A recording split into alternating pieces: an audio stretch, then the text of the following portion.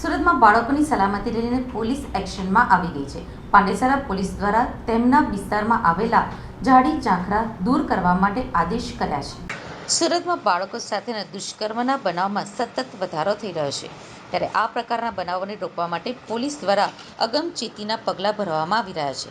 બાળકોની સલામતીને લઈને પોલીસ દ્વારા ઝાડી ઝાંખરાનો સર્વે શરૂ કરવામાં આવ્યો છે।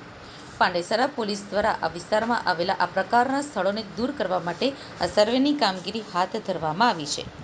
ખાનગી અને સરકારી જમીન ઉપર પાંડેસરા વિસ્તારમાં જેટલા પણ ઝાડી ઝાંખરા આવેલા છે તેને 3 દિવસમાં જ દૂર કરવાના આદેશ કરવામાં આવ્યા છે।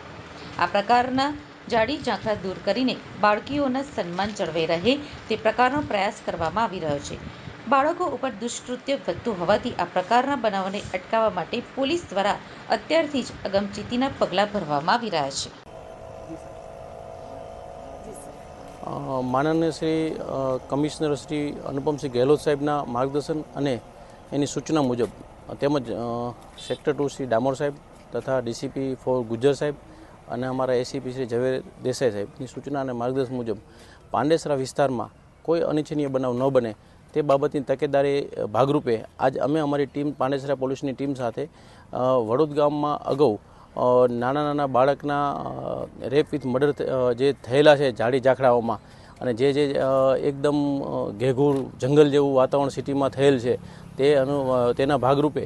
અમે આજ પાંડેસરાની પોલીસ ટીમ દ્વારા એક સર્વે કરવામાં આવી રહ્યું છે કે ક્યાં ક્યાં જે ઝાડી ઝાંખરા છે કે જ્યાં આવા બનાવ બનવાની શક્યતાઓ છે કે જ્યાં અગાઉ બનાવ બનેલા છે તો એના ભાગરૂપે આવા બનાવ પાંડેસરા પોલીસ વિસ્તારમાં ન બને એની તકેદારીના ભાગરૂપે એક અમે આજ સર્વે કરવામાં આવ્યું છે। અને પાંડેસરાની દીકરી એટલે અમારી દીકરી છે, પાંડેસરાનું બાળક એ અમારું બાળક છે, એ ભાવનાથી આજ અમે સર્વે કરી અને જ્યાં જ્યાં આવા ઝાડી ઝાંખરા છે, જ્યાં અવાવરૂ જગ્યા છે કે જ્યાં આવો બનાવ બની શકે છે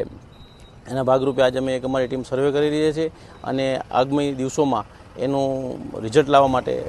કે જ્યાં જ્યાં ઝાડી ઝાંખરા છે તે બધું કાઢી અને એને એકદમ મેદાન જેવું કરી જેથી કોઈ બનાવ બને તો સામે દેખાય અથવા તો કોઈ આવો બનાવ ન બને એના ભાગરૂપે એક અમે આયોજન કરવામાં આવ્યું।